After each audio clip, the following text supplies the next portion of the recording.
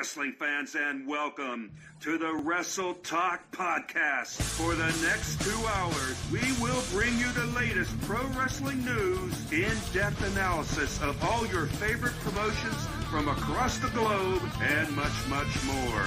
We will also bring you exclusive interviews with the greatest professional wrestling personalities on the local, national, and international levels. If you want to follow the Wrestle Talk Podcast, check us out online at www.wrestletalkpodcast.com. You can also follow us on Facebook, Twitter, YouTube, and Instagram.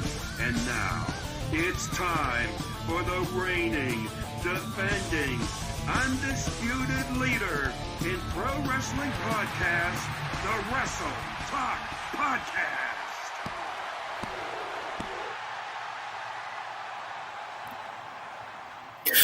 Good evening, wrestling fans, and welcome to episode 458 of the Wrestle Talk Podcast. My name is the one and only The Road Dog, Big Sexy, here holding down the STO. Welcome to the Wrestle Talk Podcast. We hope that you've had a good week and you're getting ready for the Thanksgiving holiday. A couple of things just to say. If you're joining us from a group, we invite you to make comments, but also make sure that you put in I can't remember what it is. Request permission so we can get your name and you don't just show up as Facebook users. So if you're coming to us from a Facebook group, but we encourage your wanting to hear about the wrestling world and everything that's going on. I personally can't do it alone. So I am going to bring on my co-host for the evening, the one and only, the big hardcore one himself, Hardcore Hoss. How's it going, my friend? How you been? Hey, what's happening, brother? How are you doing? I'm doing good. Just looking forward to another great show tonight. And so how's things out your way? Oh, we're making it. I got a couple of shows coming up in the Saturday after Thanksgiving, and then the following week, Dynamo's in Farmington, and then I'm working with CHWA in Edwardsville, Illinois. So I got a couple of shows coming up. But I saw that you recently were at a WDWA over a couple weeks ago, or was it this past week? Yeah, this past weekend, WDWA, they were up there in Berkeley Springs, West Virginia. And of course, their next show is going to be not this Saturday, but the following Saturday. And they will actually be at Beddington Fire Department in Martinsburg, West Virginia. So WDWA will be returning to Martinsburg. Looking forward to that. Weren't they at a place called Custom Creations a couple of times, if I remember seeing posters from them? Yeah, that's where they used to run from. However, Custom Creations has since relocated actually out into Ohio. So I guess can't run the show out in Ohio, I guess. I mean, so now they're kind of bouncing around looking for another good permanent location, but they're using some temporary locations right now, and they're getting ready to go back to Martinsburg to the Beddington Fire Hall, where they actually used to run out of there before COVID hit and everything, and before Custom Creations, they ran some shows out of there. So should be a pretty good time. Definitely looking forward to going back there. Nice. How's the family doing? The family doing good? Everybody good your way? Oh yeah, everybody's doing good here. You know, as good as you can, good as you can be, I guess, right? Exactly. Yeah, I know. My mom, unfortunately, the nursing home that she's at has had a outbreak of COVID again. So she has stayed safe, knock on wood. She has stayed safe, but yeah, the one nurse said it was like a wildfire, just every caught, and you go through the home and there's doors that are closed with like signs on it saying that you can't go in, so no one can go in without having full PPE. So knock on wood, she's fine. So hopefully they're coming out of it. It's been about 3 weeks that they've been dealing with it. So yeah, I'll definitely be keeping your mom in prayer then. You know, COVID is a bad thing. You know, I had it. It's been A little over a year ago now, I guess, because it was right around Halloween last year when I got it, and so I know what it's like. I guess, knock on wood, I've never officially tested positive. I think I had it before it was a COVID thing. So back in the end of 2019, early 2020. So, but anyway, we're here to talk about wrestling, and there's a lot going on. We got Survivor Series, we got Full Gear, we've got just a whole bunch of things going on. So I know we got a good range of high spots topics. Some of ours actually kind of overlap with Full Gear and Survivor Series, so we'll have some robust discussions about that. Yeah, and it's kind of hard not to overlap when you got so much going on, I tell you. Right. And in our second hour, as you see, our guest is Gabe, the Alpha, one of our co-hosts here in the Wrestle Talk podcast. We thought we'd like to get him on and a little get to know you type thing.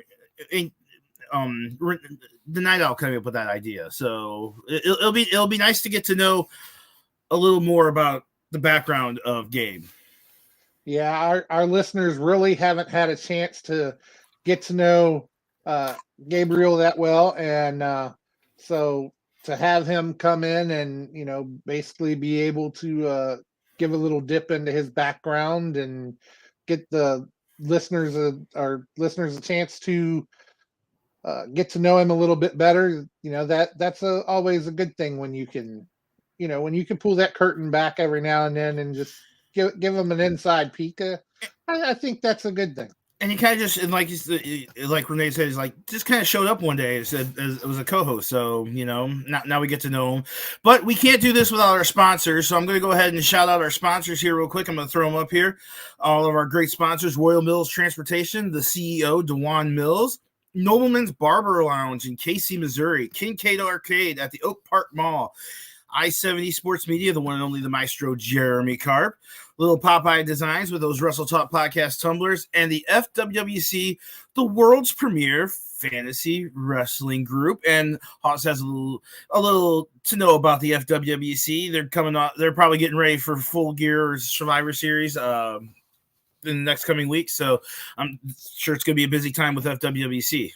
Oh yeah, getting ready to go with Survivor Series. Myself and Sis going for the tag team championships over there, and there's a lot of matches on the card and still some to come, I believe. So a lot going on and a lot of programs kicked into full swing, and so it's definitely a good time over there. Good time. It's a good time, and it's a great time to be a wrestling fan, I think. So I really do. I just really think that it's a great time to be a wrestling fan. Yeah, definitely. I mean, there's just there really is a lot of wrestling around, between independent scenes, and I see new independent stuff popping up all the time, and so between the independents and the professional scene, with WWE and AEW independent, and Impact, sorry, and just all the different groups. There's just so much going on, and if you can't find wrestling, some type of wrestling to watch, then you just ain't trying.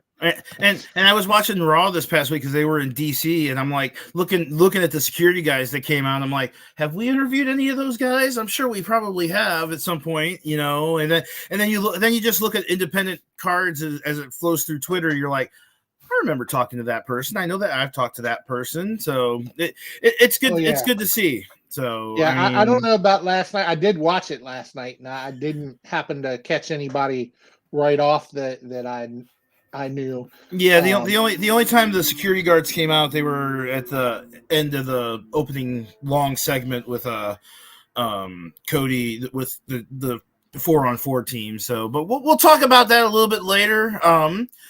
Raw was very good. Assad, thank you for joining us. You've already made a couple of comments. Very good, very cool episode of Raw last night. Raw's been really good. But before we go any further, we have a tradition here that we have to do, and I'm going to turn this over to Haas. I'm going to let him introduce it because he's taken the place of Nightmare Jones by introducing this. So, Haas, go ahead and take it away. Ladies and gentlemen, as always, it is that time where we get to pay homage to the best damn country around, that being America. So if you remove your hat, place your hands over your hearts, it is time for the gentleman in the back to cue up that lovely version of our national anthem.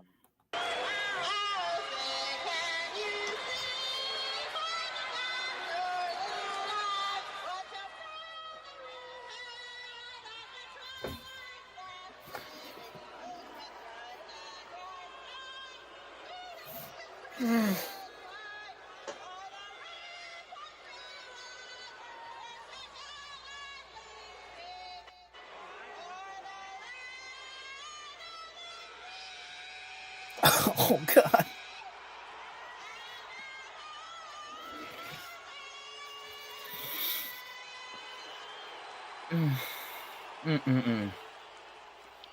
Brings a tear to the eye every time, or blood to the ear. One of the two. One of the two. I just don't. I can't. My can't even right now. But like I said, as we've been saying a lot, we have a lot to talk about here on the Wrestle Talk podcast. So I'm good. You ready for some high spots? I am always ready to talk some high spots.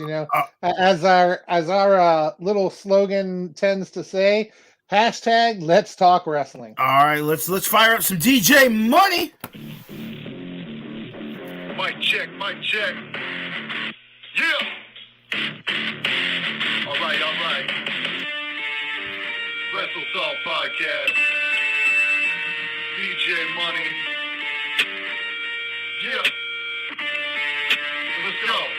Welcome to High Spots, where we pop news like flare chops. We talk shop, coming through the screens of a laptop and non-stop like a runner's speeches of blacktop. We hit hard like chair shots and backdrops, like a spark flash, look like a barely fly. Now that's hard. We up the steam while they stay slow. Wrestle Talk Podcast.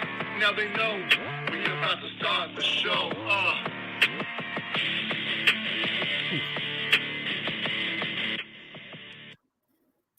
All right, that was DJ Money with our high spot segment. So I guess there's nothing left to do, but and anyone listening, watching on YouTube or on X or on Twitter, X, whatever you want to call it now, Facebook, you have a question that you want to ask about a certain topic when we bring it up, go ahead and throw it in the comments. We'll talk about it.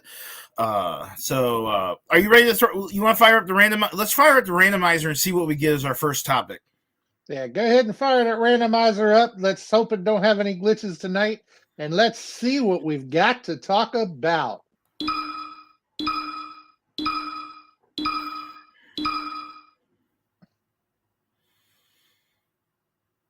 Oh, that's what I wanted to. I couldn't find it for a second.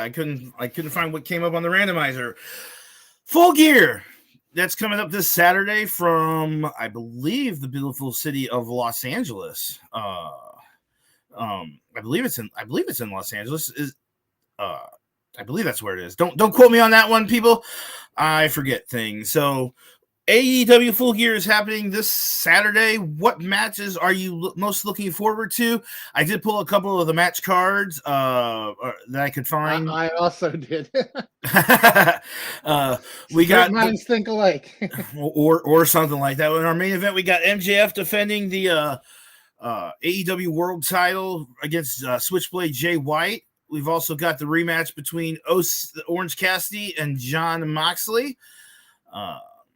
I don't know if we have any other ones, but what are you most looking forward to Full Gear this Saturday? Well, yeah, just to hit a few that I've got here. Of course, there's also MJF and a partner to be announced against the Guns, Colton and Austin, for the ROH World Title. Oh, I hate seeing them. And you already mentioned MJF and Jay White. Here, Hikaru Shida. I don't know why I have trouble with that. Hikaru, yeah.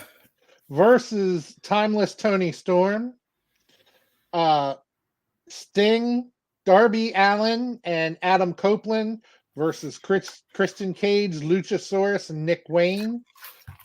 You mentioned Orange Cassidy versus John Moxley for the I can't talk tonight for the International Championship. Hangman Adam Page versus Swerve Strickland. Kenny Omega and Chris Jericho versus the Young Bucks. Chris Statlander versus Julia Hart versus Red Velvet or Blue Sky AEW TBS Championship match.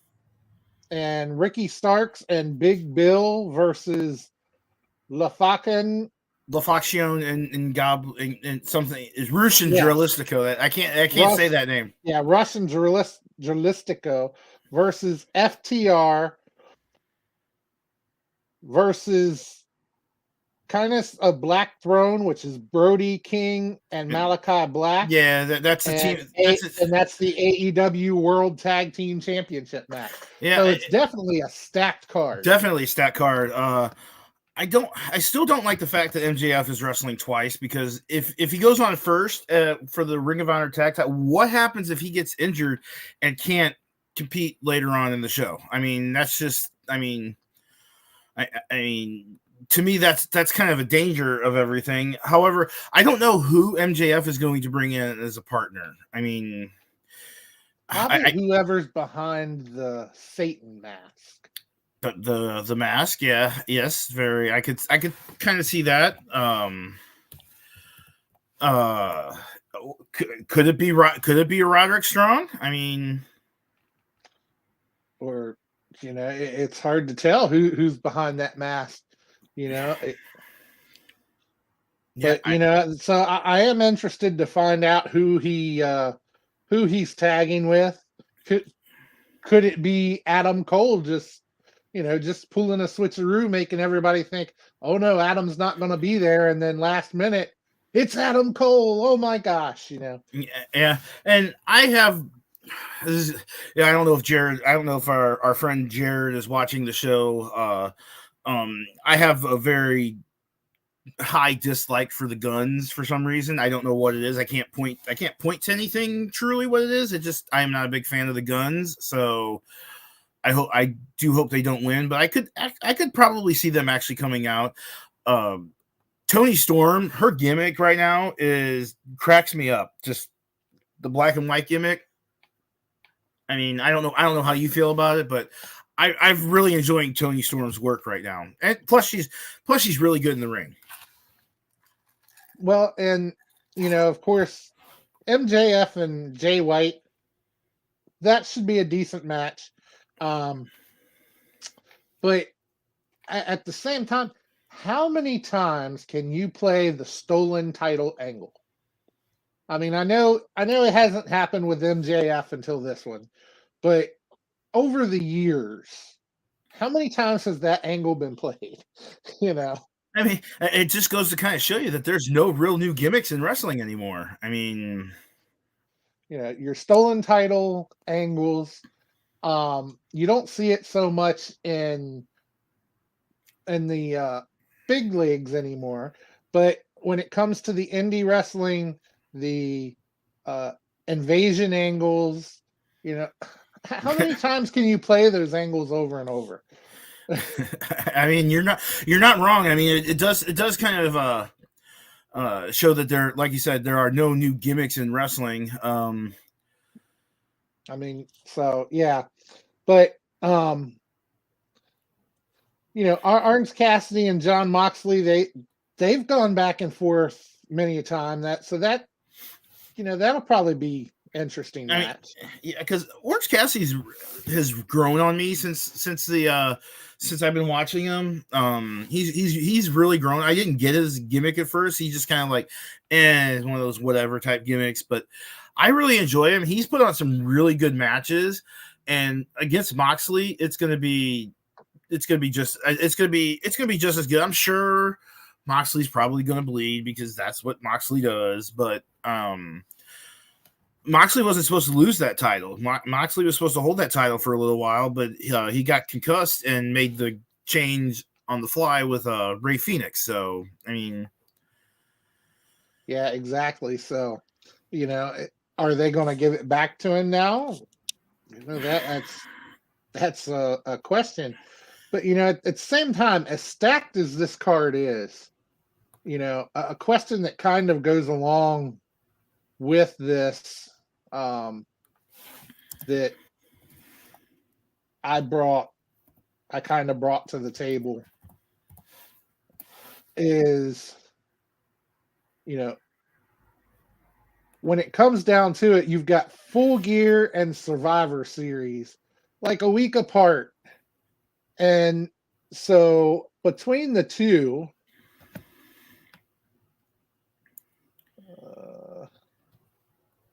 there it is. Between the two, looking at the cards, which one of those tends to intrigue you the most? They both have good selling points. I mean, I like Full Gear. I mean, I think it's gonna be a great show. I've always kind of liked the Survivor Series. However, they're not really doing the 5-on-5 Survivor Series matches that I'm accustomed to, or even the 4-on-4 Survivor Series matches. They are doing the 2 War Games matches. I don't like that the logo has the red and the blue because it makes it look like it's going SmackDown versus Raw, which I would like. Because I thought those were some of my favorite ones, because you look at it right now, you'd have Roman versus Seth, even though we know Roman's not booked for anything until Royal Rumble.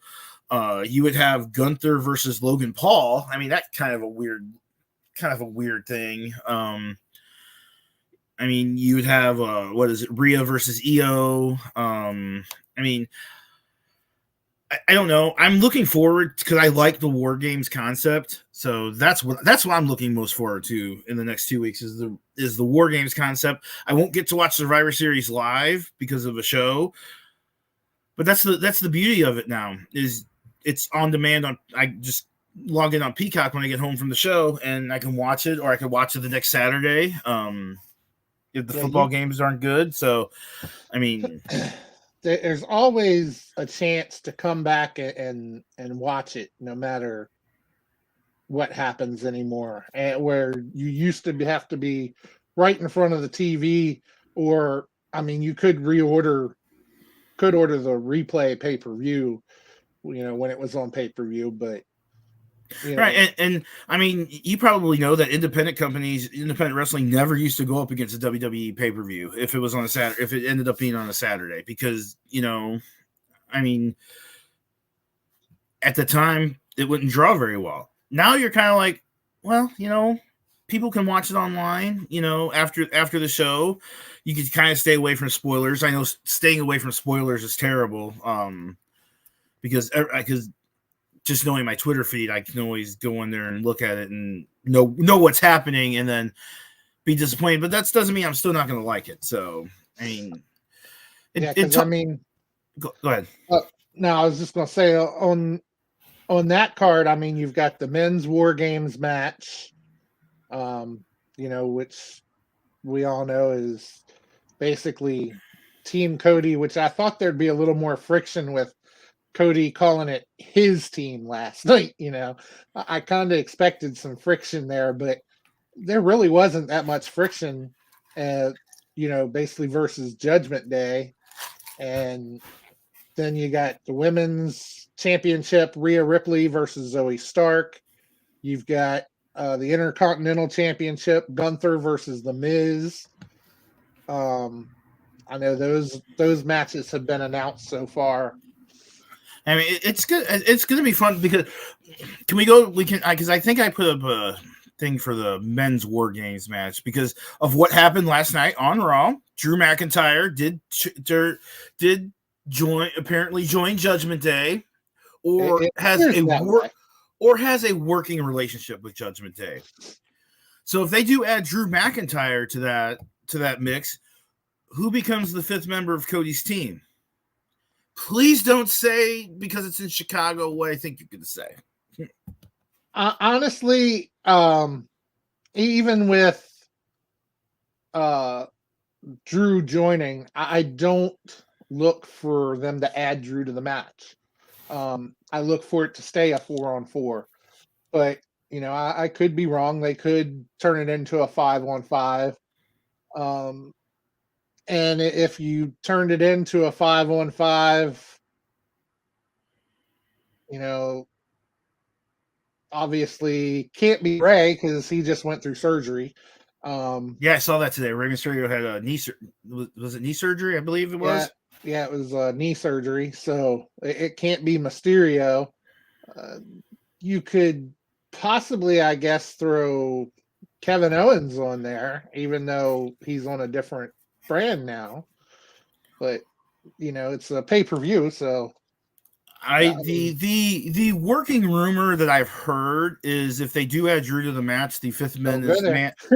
No, it's not gonna. No, I'm not going CM Punk. No, we don't need any of that. We don't need any negativity here. Apparently, I've heard Randy Orton because he's a friend of Cody. Well, in Judgment Day, he's had some issues with members in Judgment Day and stuff. I could possibly see that, and that would be a good way to bring Orton back. And the crowd's gonna chant CM Punk in Chicago anyway, so you can't get away from it. That's okay. WWE will just mute it. Probably they did. But yeah, it's going to be interesting, and we look at the women's War Games because of that was kind of a surprise to me on SmackDown this past week. With Asuka turning on Charlotte and Bianca, and Shotzi came down. So right now they haven't officially announced it as a War Games match, but it looks like it's going to be the members of Damage Control, Bayley, Asuka, Kyrie, and Io Sky against Charlotte, probably Bianca, probably Shotzi, and then a fourth member. But I can't think of a fourth person on the SmackDown brand that you would even consider putting in that match. I mean, am I missing somebody? I feel like you are, but I'm just drawing a blank as well. I mean, I don't know. Because that rumor is that Becky Lynch is going to join the fourth member of the team. I don't know how they'd work that in because she's kind of working something with Xia Li on Raw. So I don't know. I don't honestly know. I mean, well, or have we seen Jade Cargill do anything since she came? No, and there are some people that were talking about that maybe Jade would be the fourth person, but I mean, I don't know. Do you throw Jade Cargill right into a War Games match? It's her first match on WWE. Well, when we were talking about her coming over originally, I said I didn't think she needed to be thrown directly into the main roster, which, I mean, they still haven't made it clear where she's going because they haven't done anything with her since she came over. So, it's hard to say. This is WWE, so. Yeah, I mean, and I think we can agree that the WWE's like booking has gotten, or the storylines have gotten a lot better recently. The shows have been, NXT has been, I know NXT is on tonight. I'm actually watching the Blues game tonight. It's on in the background, but NXT has been great. Raw has been really good. SmackDown has been good. WWE is firing on all cylinders right now with Triple H as the head of creative. Oh yeah, definitely. That was the best move that could be made. And I was worried. There were rumors originally that when TKO took over, Triple H was out. And so that I was kind of worried about that because I thought, this is going to go back downhill again. But it really hasn't. And they left Hunter in charge, and that was actually a smart move. And Hunter has a very good working relationship with a lot of people, not just people who have come up from the NXT roster. But people on the main roster and even people in other companies. So he's a good one to keep around. He's a good one to have in charge because he can get the names there. I really believe he can, and he can use them. Whereas Vince, you can tell Vince isn't in charge. I mean, you look and there's a lot of tag team stuff. And Vince does not like that. Vince does. No, you look. They did a segment on Raw last night where they were talking to the tag teams, and they had Chad Gable and Otis with the Alpha Academy. They were interrupted by Creed brothers. The Creed brothers, who were interrupted by the New Day, and then even outside of that, you have Judgment Day as the tag title holders. You got DIY, you got Imperium, so you've got like 5 really good tag teams, and then you move over to SmackDown, you got the Street Profits. So I mean, tag team is kind of flourishing right now. Yeah, and with Vince, that would never happen. Vince did not like tag teams. Tag team matches was not a thing for him. And there was a stat I saw one time a couple weeks ago on Raw. Every female member of the Raw roster made some kind of an appearance on the show, even if it was just a short backstage segment. Every member of the female roster from Raw made an appearance on Monday Night Raw. But talking about Vince and Hunter being in charge, that actually leads into another question. I know. I was just gonna say that. Go ahead. Let me see if I can actually find it here. There it is. It's actually reported that Vince McMahon is selling 8.4 million shares of TKO stock, which is 30% of his holdings. Is this an indicator that McMahon's going to be preparing to exit after being, at the helm of WWE for decades? What? Okay. Here's my theory on it, and I read this online, and it made a ton of sense. Vince wanted to sell as a way to get himself back into having some kind of control or say in the WWE. The TKO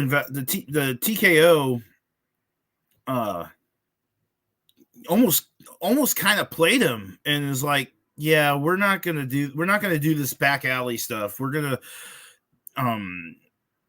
and even on a call, and he did this after a call that said, yeah, Vince being on the board is a what would they say it was? It was it could potentially lead to problems, basically, with scandals. And I mean, we know all about the Vince McMahon scandal. So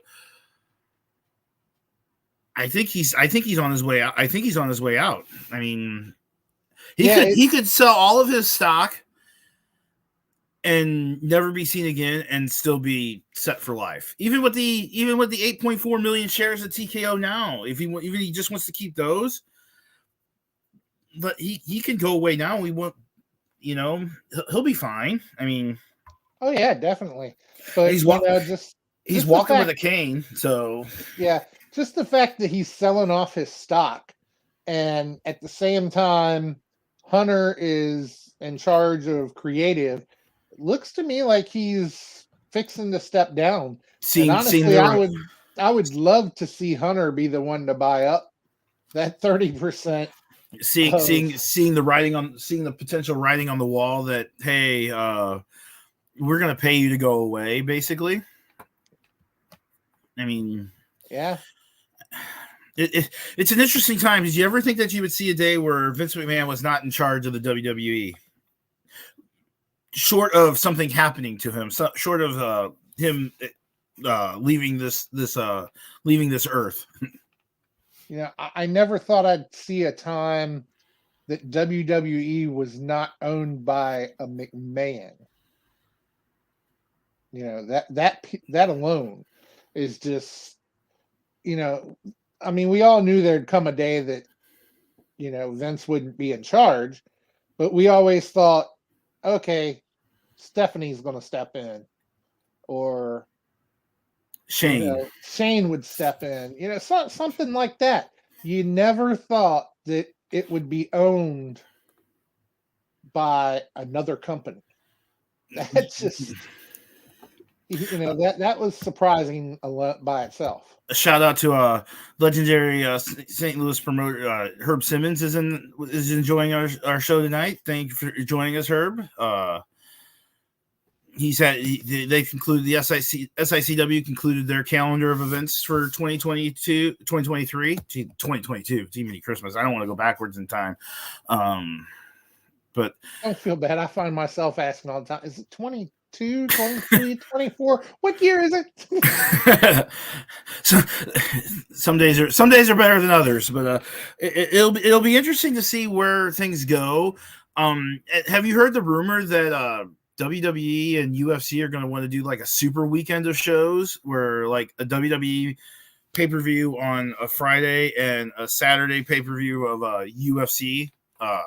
There was some talk about that sometime maybe next year. I don't know how I would feel watching a WWE premium live event on a Friday. I don't honestly know. Yeah, I've heard that rumor. I've also heard that, now with TKO in charge, one thing that WWE has said that they wouldn't mind is you may see sponsors on the ring. Just like at one point you had the Pizza Hut in the one pay-per-view, you had Pizza Hut on the ring at one point, but they're actually talking about sponsors on the ring mat itself. Yeah, Vince was completely against. That was something that Vince was completely against. He did not want anything to be on that mat if at all possible. That's why they settled for the ring barricades, the LED boards around the ring to have the sponsor logo on it. I've heard that's changed now, though, that he actually has caved on that, and that WWE is open to that. Well, probably because he knows he's going to make a lot of money. Exactly. Money on it. So I mean that's big money. AEW does that. Have you noticed that they have like the DraftKings? Well, DraftKings kind of sponsors everything. So yeah. DraftKings should sponsor Wrestle Talk Podcast. I think they should too. I mean, they sponsor everything else. Why not? I mean, you see some of these sponsors. Us two cuties. Yes, of course. I don't even know where to go for that now. Speaking of some business stuff with the WWE, I'm gonna go ahead and grab the logo if I can find it real quick here. Did you put it in here? The CW logo? I don't see it in there. Maybe I'm missing it. I put something in there, I thought. As we look for that, SmackDown. It didn't have the CW one in there now. Okay. But SmackDown's moving to the USA Network. NXT is moving to CW. I have some stuff to talk about CW Network. And where is Raw going to land? It seems like the WWE is kind of diversifying things because USA and USA is basically owned by, they had SmackDown and NXT as part of Peacock and NBC Universal or Unlimited or whatever it's called, and Raw or SmackDown being on Fox. It seems like they're now more trying to diversify what companies they work for, because the CW is their own company. CW, I believe, is owned by Paramount Network. And we know USA is part of NBC Universal. Where is Raw going to go? I've heard a couple of possibilities on that. One possibility I've heard is that it's going to end up on FX. I have heard that as well. I've heard it may actually stay at USA, but with the way they've shaken everything up and the fact that SmackDown's on USA, I don't look for it to stay there. I really don't. Um, I've heard that it could go. I forget what the other channel was. I heard. I've also heard that could go to the ESPN Plus platform. The ESPN platforms as part of the ESPN Plus. So, I mean, I don't. It seems like they're trying to block everything for AEW when their rights deals come up. They may be. I think they're just trying to spread things around because that way, if they get on CW network, they can tell them, hey, look, now that we're on CW, we don't want any other wrestling brands on CW. And, they stay on USA, they can tell them the same thing. And, like if they go back to FX, if they go over there, is it the Sci-Fi Network? Is that the other one I heard? I've heard something a little bit about that. But interesting word about the CW. Apparently, CW. I don't know if you saw the story or not. CW approached Tony Khan right after he bought Ring of Honor on bringing Ring of Honor to the CW network. And Tony Khan said it wasn't the right time. They needed to relaunch it and he was just getting his feet wet in it. I think he missed the boat on that. What network is it that Impact's supposed to be going back to? Wasn't that supposed to be CW? I do not know. Impact needs to get off of whatever channel they're on. They're on AXS, and it's in hardly any. Yeah, and I thought it was Impact I had heard was going to be moving to CW, but then I heard no, it was NWA was moving. NWA, and then they decided to do something really stupid on their pay-per-view and basically kind of have like. I believe it was Father James Mitchell simulating taking booger sugar, and that may have ruined their deal with CW before it got finished getting signed. Okay, yeah, because I knew I had heard that somebody was supposed to go to CW, and the next thing I know, WWE after the official announcement, WWE's moving NXT over there, and I'm like, whoa, wait a minute. I can't see them moving over there and allowing them to show another company on the same channel, even though it would be a different time. I know WWE tends to be that way. They tend to be an exclusive. If we're coming on over to your channel, then we're going to be exclusive. We don't want you to have anybody else. And I think the thing was the final negotiations hadn't been finalized, so and I think the CW wanted to put their schedule together. So and I think it's going to be a good thing because it's going to put more eyes on NXT, and I think it's going to be a good thing. I mean, you'll probably still have the crossovers where people come from Raw and SmackDown go to NXT, and there's also talk about them making NXT a touring, with them going now onto the CW, maybe them making them a touring TV type thing. So, I mean, I could see them touring. I could not see them going to the large stadiums, though. Not large, not like Raw and stuff does, but I could see them going like, to college campuses or, places like that, the smaller stadiums. I can see them. And AEW doesn't run in like big, huge. They run in the small. They usually, because in St. Louis there's two arenas. There's Chaffetz and there's the Enterprise Center. Enterprise Center is where the Blues play and where all the big concerts are. Chaffetz is on the campus of St. Louis University. AEW runs in the Chaffetz Arena. WWE runs in the Enterprise Center. So yeah, and you look at actual pictures that aren't close-ups of the AEW crowd, and you still see a lot of empty seats there. Yes, I agree. They are having some I would say issues drawing, maybe. I mean, they're still putting on really good show. I mean, I mean, it could just be an oversaturation. You know, I mean, I think part could be an oversaturation. I also believe part of it is you've only had WWE for so long, right? Then even though they've been around for a while, don't get me wrong, but even though they popped up all at once, and hey, we're a company and we're going to rival WWE. I think they've had trouble.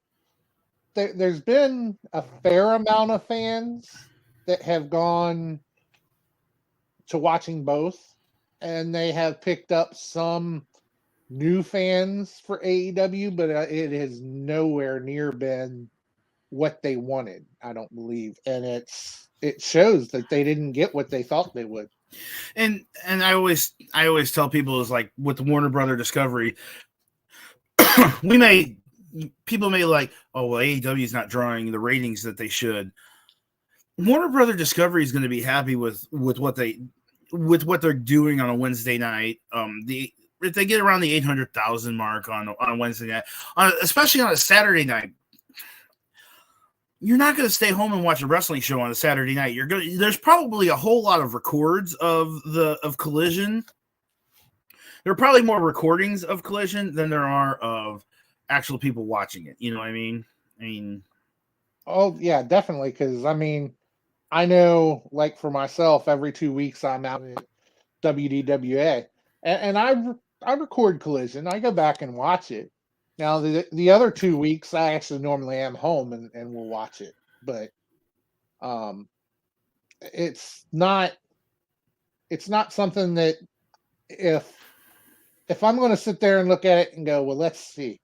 Well, they're on TV tonight. Do I really want to miss that so that I can go over here and do this? Well, yeah, I probably am going to miss that so I can go over and do that and not watch Collision, because like you say, I can tape Collision and watch it anytime I want to. Yeah, and they're not going to run Collision this week because obviously they've got the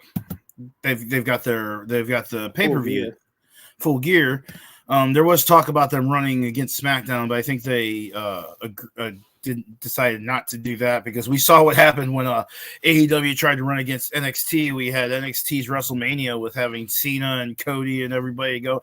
I believe we worked that Tuesday night when AEW went up against NXT, and it was a lot closer than I thought it was going to be. They drew a lot more than I thought what they were going to draw, but I mean, I don't know. I think AEW is fine.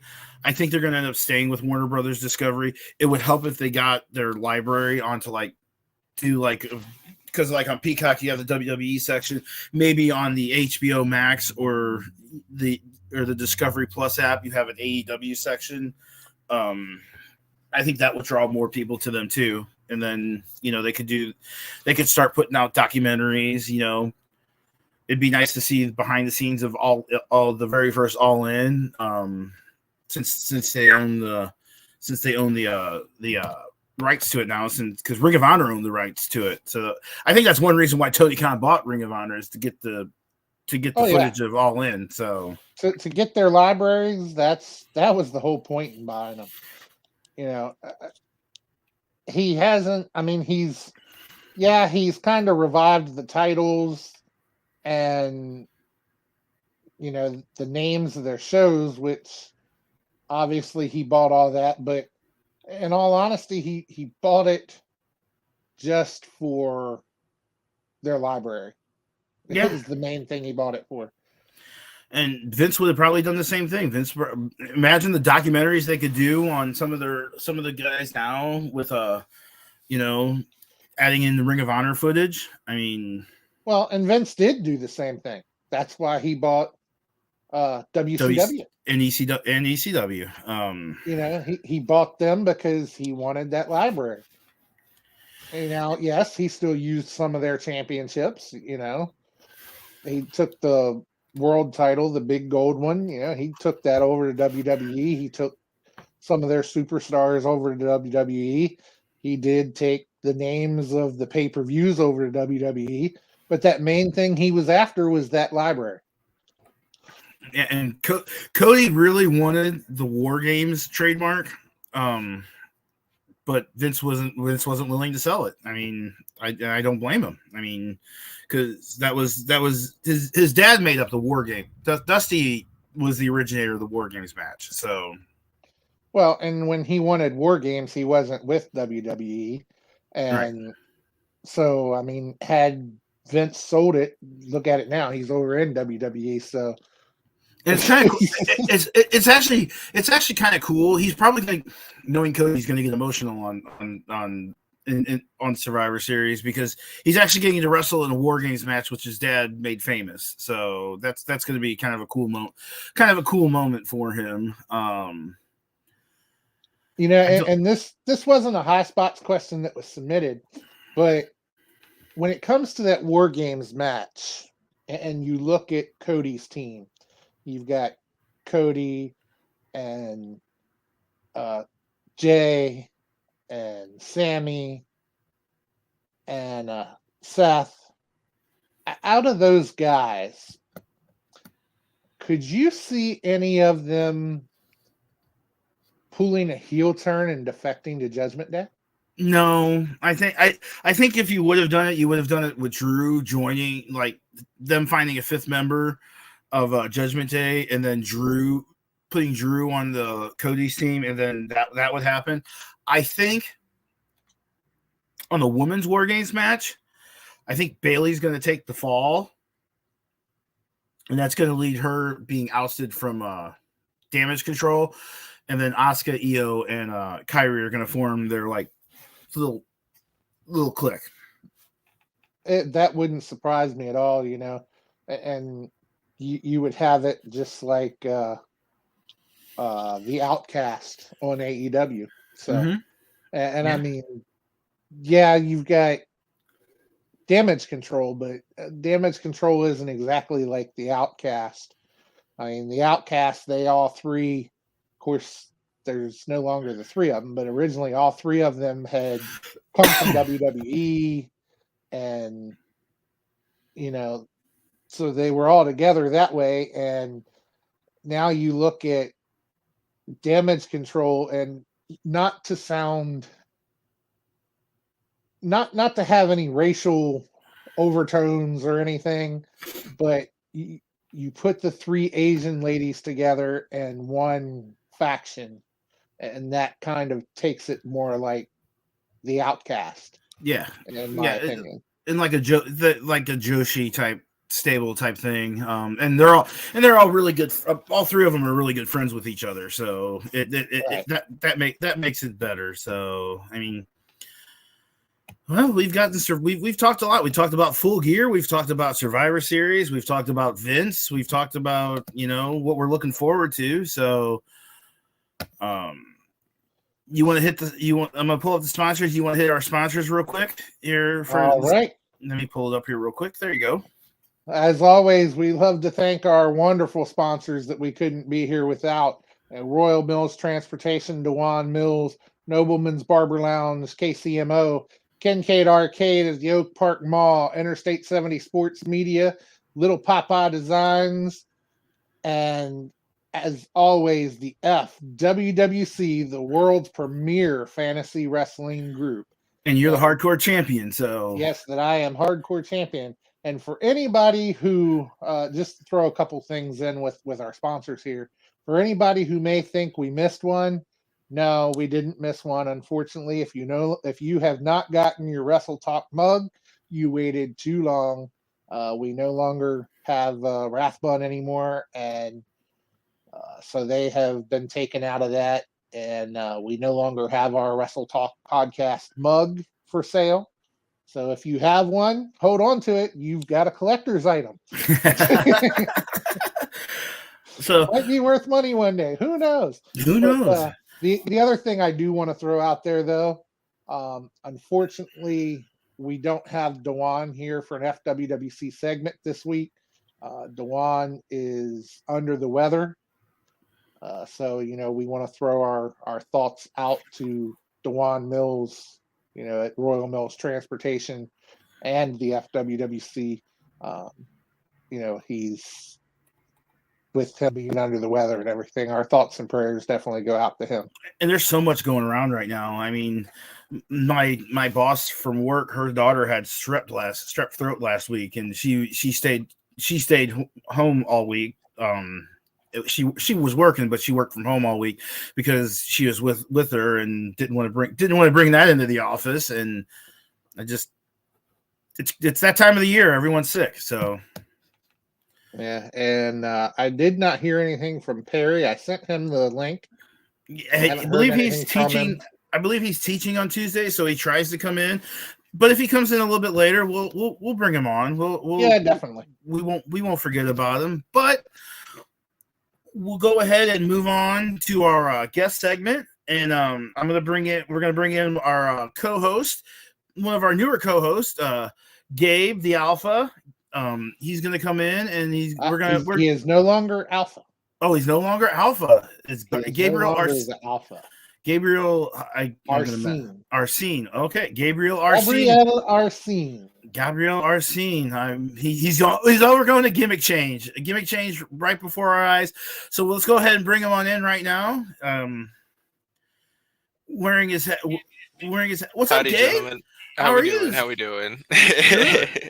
I'm glad you see the hat. I had to get it in the shot. It looked too good in the picture. Hey, it was part of your preview picture. So you got to live the gimmick there. So it's been cold enough. Funnily enough, that's the thing, is that it's actually been cold enough to wear this thing. Aren't you in Florida? I am in Florida, but it's been pretty cold these past couple of days. Like, it's actually been a nice cool weather.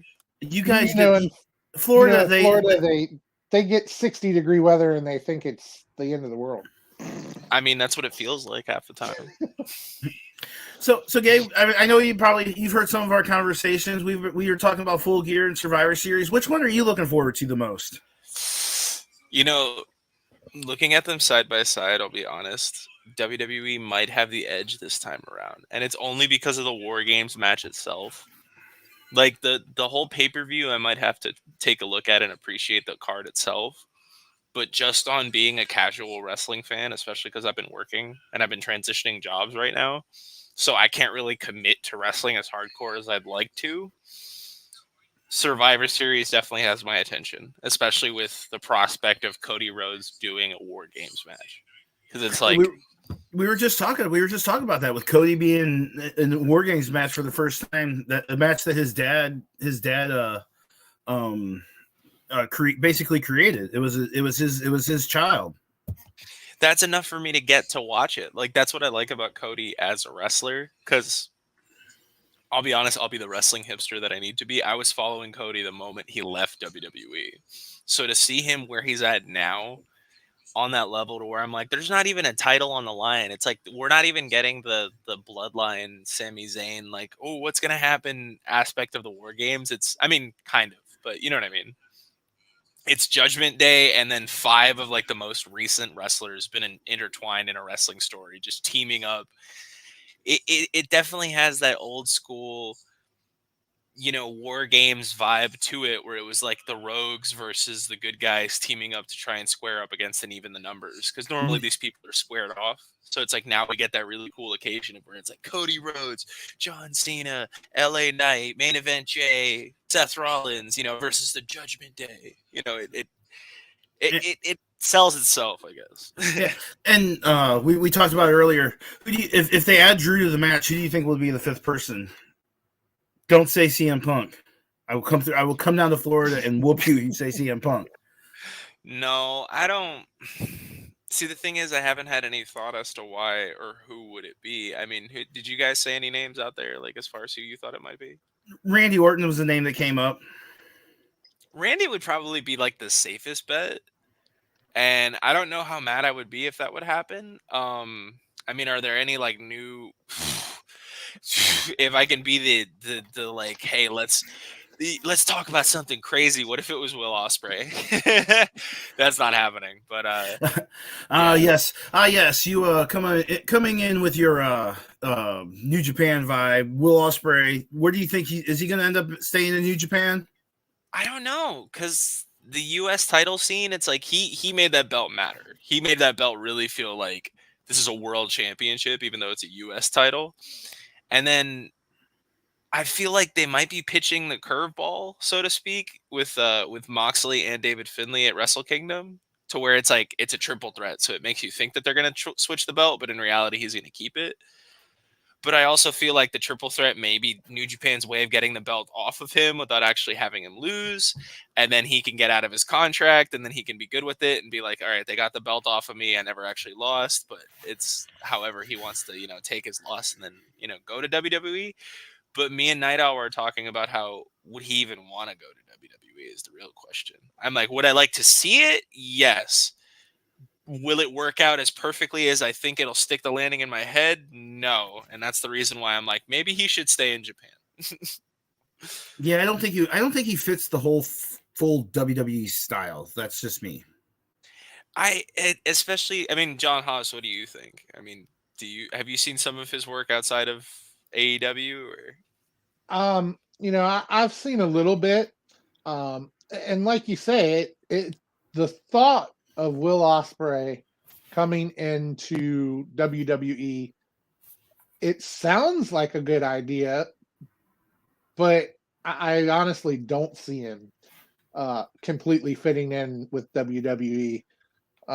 If he goes anywhere, I'd see him more fitting into either Impact or AEW than I would WWE. But he's probably best off in New Japan where he is. I definitely think he peaks out there at some point. But as far as answering your question, Rodell, Survivor Series just has my attention more. Even just seeing War Games, I'm like guaranteed something interesting because it's WWE. So they have to work a little harder for that PG vibe, but they really push it. So I'm like, okay, what are they going to do? And how are we going to sell the story without blood? Which is like more fun for me. Yeah, but this would be one of those occasions that I've spoke that blood right now in wrestling is way overused. This could be a match where blood would probably, be perfect for it. Well, and I think part of the whole blood thing with WWE is, a lot of their networks that they use are associated with Disney, and is the Peacock app, is that associated with Disney? No, it's NBC Universal. They have a little bit. Sometimes ESPN, which is owned by Disney, has stuff on there. I've watched Blues games through it, so I understand it. But every once in a while, blood would work in WWE. So in this premium live event, I could see blood, because it's not Disney related. And then just if they show it on, Fox, or I believe ABC is owned by Disney now, aren't they? I think yes. they might have always just owned ABC. Yes, ABC is part of the Disney umbrella. Well, I meant USA is owned by ABC, right? No, USA is owned by NBC. Oh, okay. NBC Universal. So, but yeah, so if they show it on Fox, then yeah, they just gray the screen so that you don't really see the blood, But I could see in the pay-per-view them having blood, and in a pay-per-view match, blood is not that bad. It's the opening matches on AEW Dynamite with blood. Exactly. It's your week-by-week matches on AEW where Jon Moxley has to bleed every single week. It's a little too much. Come on. Yeah. Well, and I would argue when he was champ, it was one thing because it's like he's on a weekly show basis defending the title. So getting a little bit of color for the people in the audience is one thing. But I definitely agree where I think blood should be the exclamation point in a wrestling match. I don't think a match should like start with bleeding and then kind of ramp up if it has nowhere else to go as far as like story is concerned, especially if the match was already thrown together to begin with. And it has to make sense. There was I brought it up. There was a beatdown of Jay. I believe it was Jay Uso one time in front of his brother. So it was Jimmy in front of Jay, one of the two, where I said that blood would work in that situation, but it was on Fox. It was on Fox, so I understand why, but I could also see that it could work if need be. So I mean, that's just my opinion. I think blood's overused. Especially, like I said, especially on an opening match of a random AEW Dynamite in the middle of in the beginning of a pay-per-view build. So that's just me. Maybe I'm old school. Maybe I'm just like get off my lawn type thing. So I don't think that's the case though, because like there's a lot of blood and some old school stuff. I mean, like Ric Flair would bleed every other time too, but it's like, why did it matter more when Rick did it? And it's like because we enjoyed the product we were watching. That's why. Like, well, plus that was back more towards the Attitude Era, where stuff like that was more acceptable, and I can't explain why it was more acceptable, other than the fact that it was the Attitude Era. But now it's kind of, you can see time in a way reverting backwards. There used to be a time that you couldn't say damn on the television, or, a woman couldn't show anything above her kneecaps on the television, Mm-hmm. and you're getting back to the point where they're censoring words now, and I don't think they've started reverting back to, the dress codes on television, but they are starting to censor the words. And I think you're starting to see where it's starting to revert back to the way things used to be. So much stuff became acceptable, and now people are starting to go, wait a minute, why is this acceptable? And they're starting to revert backwards. Is it a good thing? In some instances, it probably is. In other instances, come on, really? I mean, just like when you sit there and watch Monday Night Raw and you're seeing the crowd, holy, come on, really? It's a damn wrestling match. Let them say it. I was kidding around. We're all adults, man. Like we all know. I was laughing with somebody. I'm like, that was one night where the crowd was just chanting all this stuff, and I'm like sitting there going, man, the guy that's sitting there with the dump button is fending for his life. He probably quit right after that. So I mean, I can understand, you want to edit out, if the crowd starts chanting something that has F-bombs in it, or I can understand editing that type stuff out. Personally, that's not something I really use in my vocabulary, and it's not something that I like to hear. Now, I know there are shows on television, like Yellowstone and a few others that you're going to hear it every other word, and if you don't watch it on regular television. I believe they've started editing that out when they're showing it on regular television there too. But so it's not as much saying no, absolutely never say it, as it is that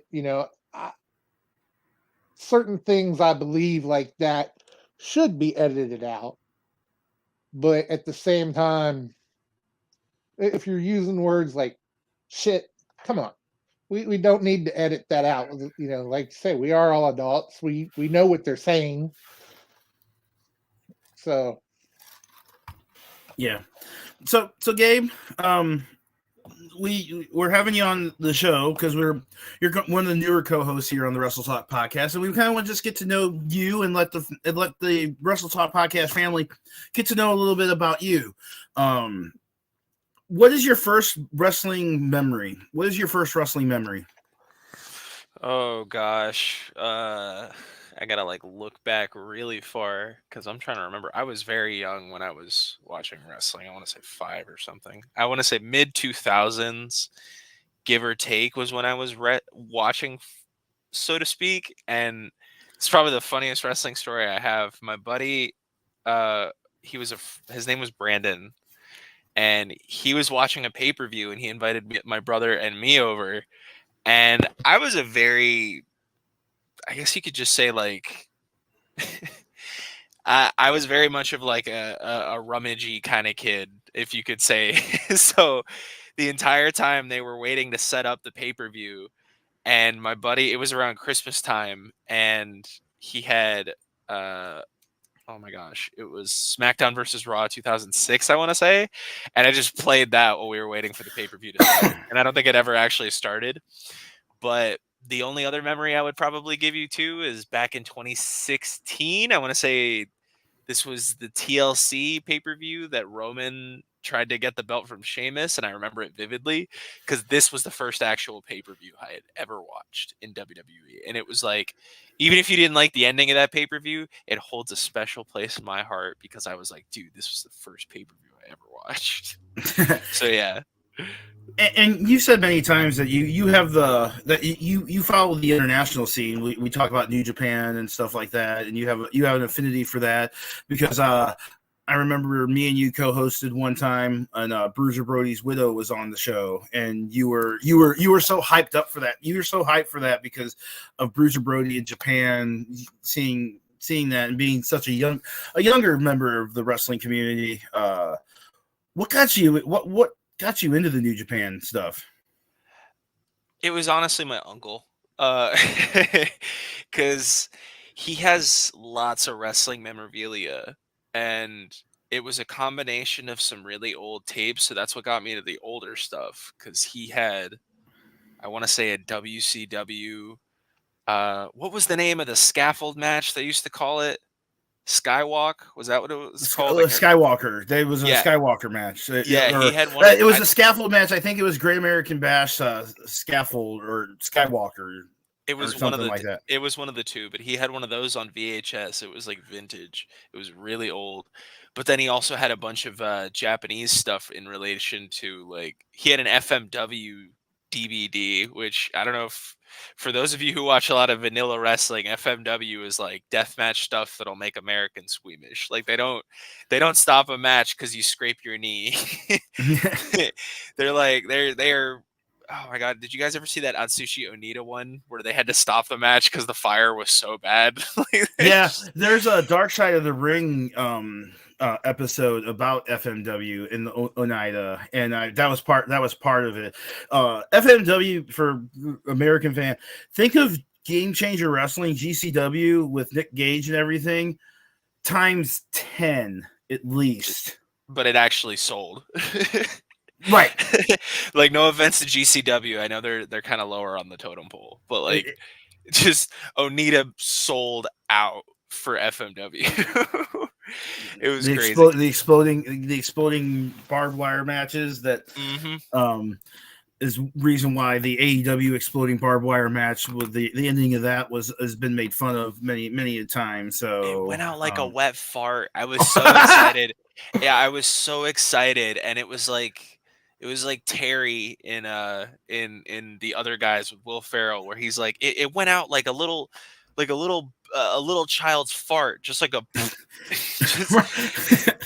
I remember watching that. And I'm like, oh, okay, this is gonna really explode like this, and it didn't.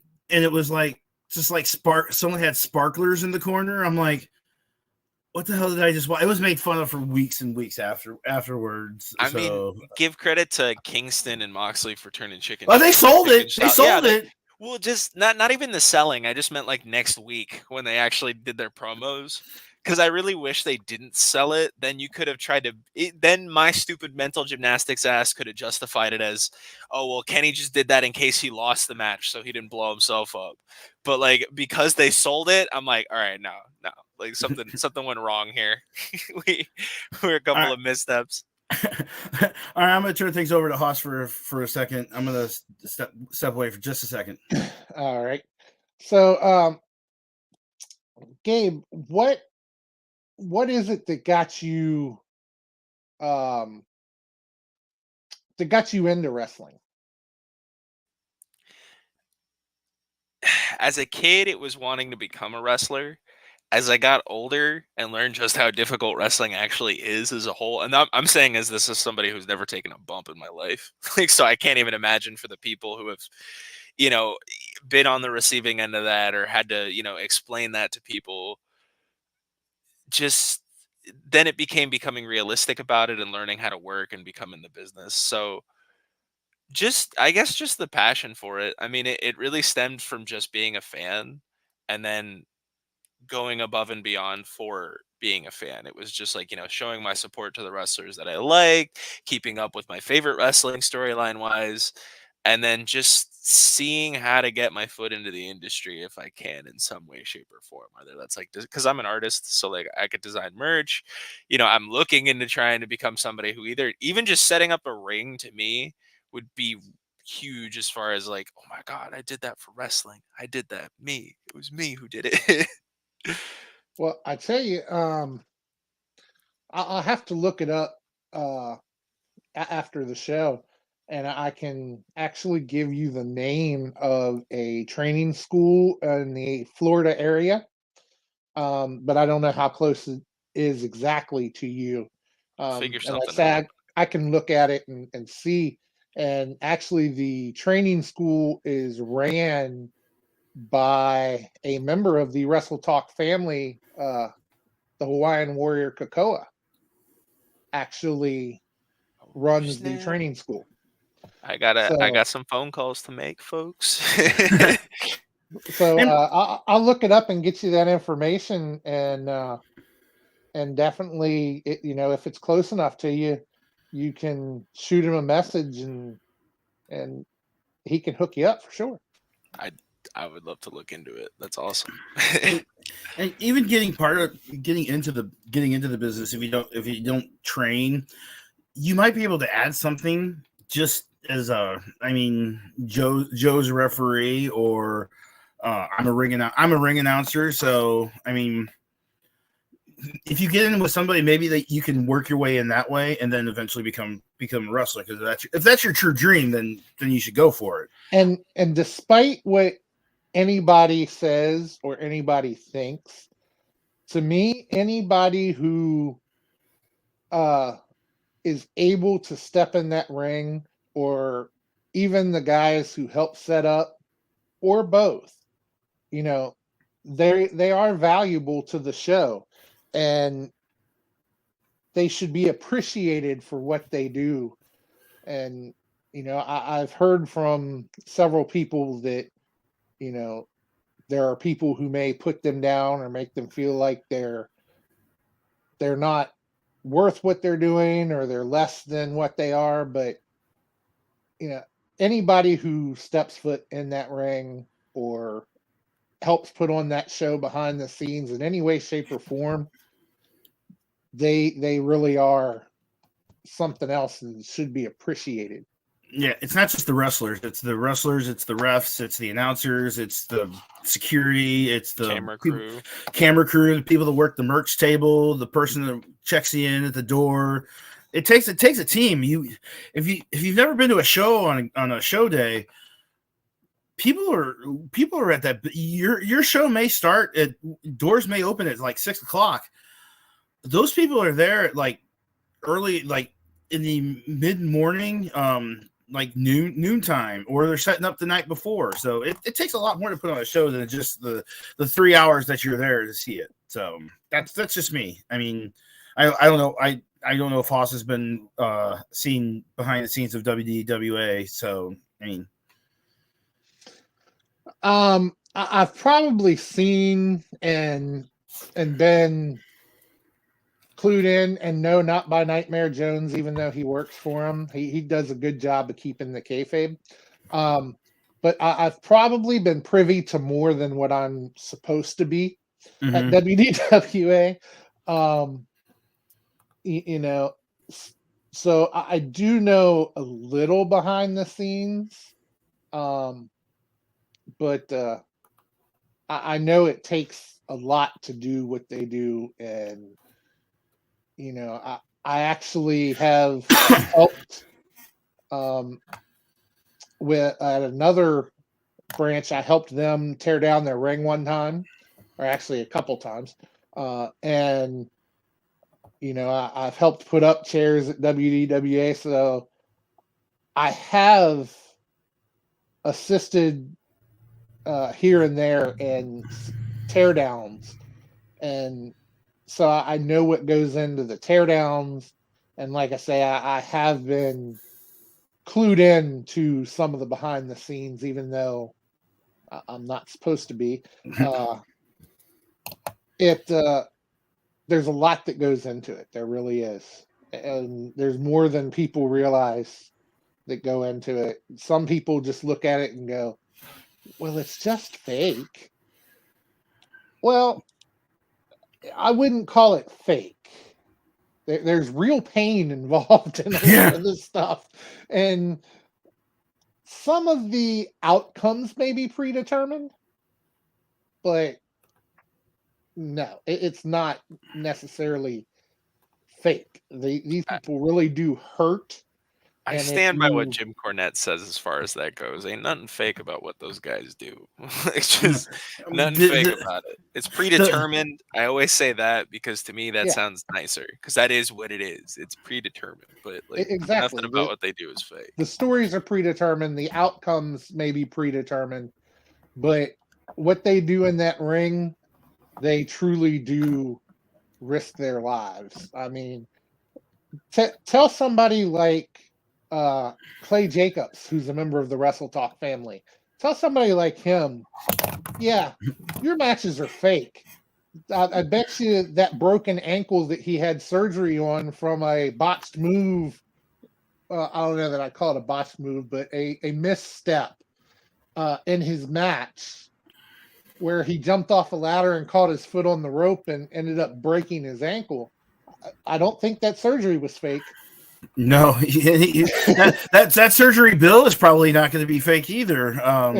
Exactly. And I've been ringside where people have gotten, so one of the recent shows I was at, someone dislocated the shoulder, like the shoulder popped out of the socket, didn't dislocate, but just kind of popped out of the socket a little bit, and he popped it back in right while he was going. So, I mean, it happens. So it is what it is, but.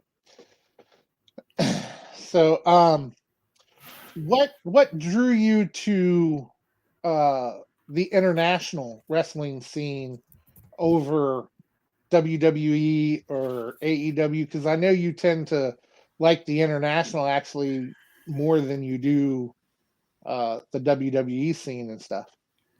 It was mostly just for an alternative. This was right around the time of about 2014. And I was really deep diving into wrestling. This was, I want to say, I was checking up with everything. I was looking at every single wrestling news outlet on YouTube you could watch, specifically What Culture. I was just watching every video I could because I wanted to just have a wrestling database in my head. And to me, I had reached a point at WWE where I was like, okay, a lot of the shit that's happening here is still the same back when I watched in 2012.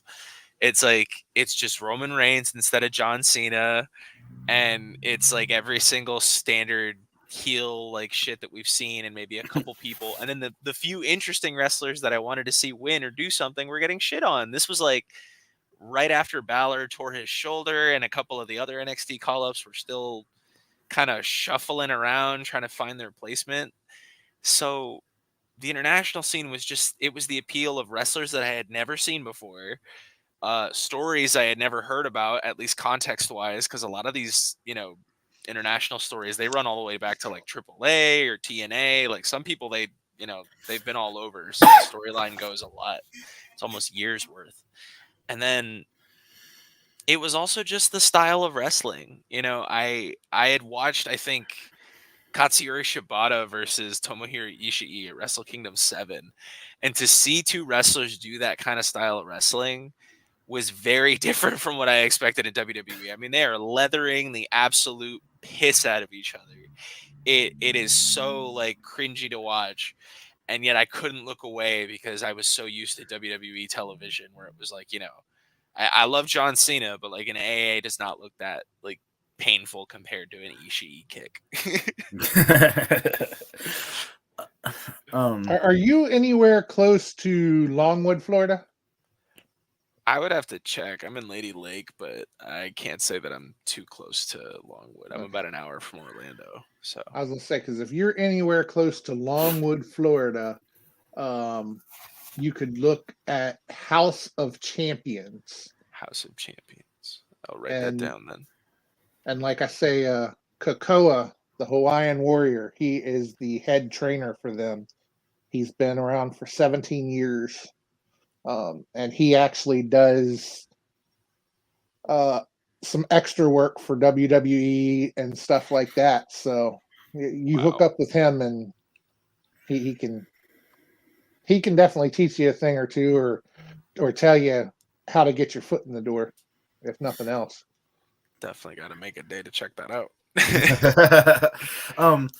So what drew you to this crazy show, the Wrestle Talk Podcast? What drew you to us?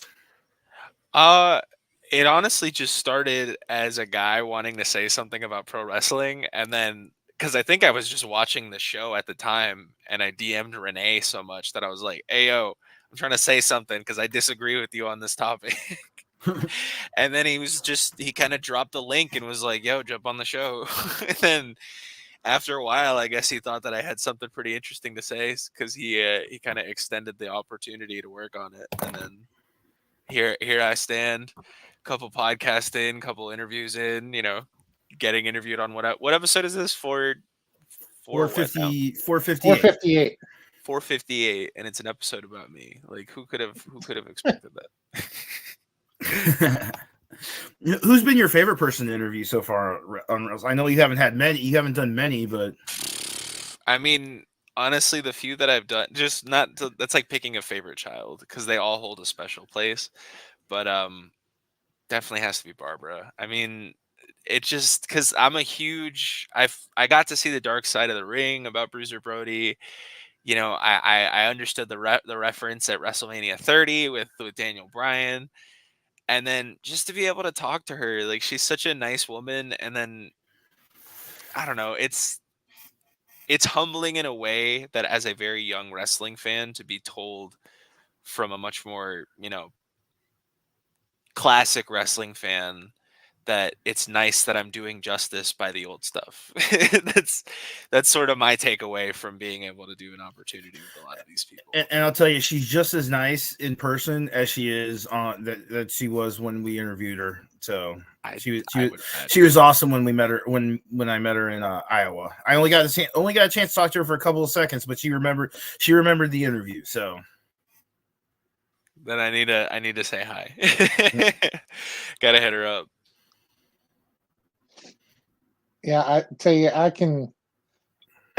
One thing that I actually miss when it comes to Wrestle Talk and actually being on this platform versus when we were on our old platform, was even though we weren't face to face and, I didn't do interviews on the old platform, I was answering the telephones and would get to screen all the callers. And, like when we interviewed Al Snow, I got to sit in the back and talk to him for a good 5-10 minutes before the interview actually happened. And, so I kind of missed that because it was kind of cool to talk to some of these people who, they'd call in and I could sit there and kind of talk to them, like they were my long lost friend or something. prior to the interview, and then put them on and then sit there and listen to the interview. But I kind of missed that. That's something that used to be neat for me since I've been on the podcast, is actually talking to them backstage. My first interview with the Wrestle Talk Podcast was something with Dynamo.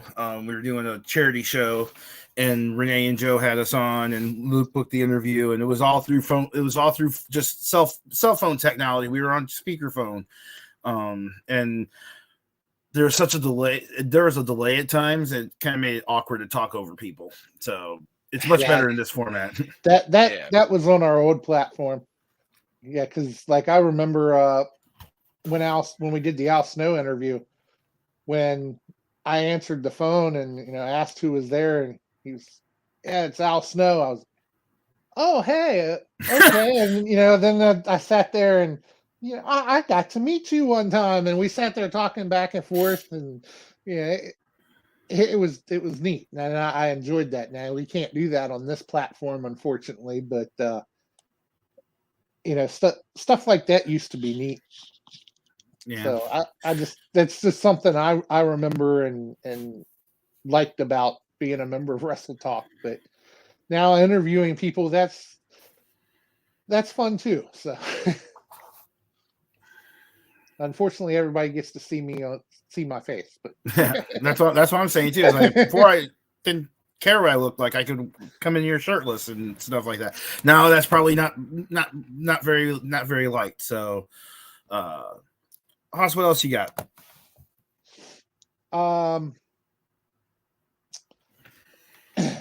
So what's the experience been like to be on the Wrestle Talk podcast, and what's one of your favorite things about being on the podcast? I think you're muted. I think you got to unmute or something. We can't hear you.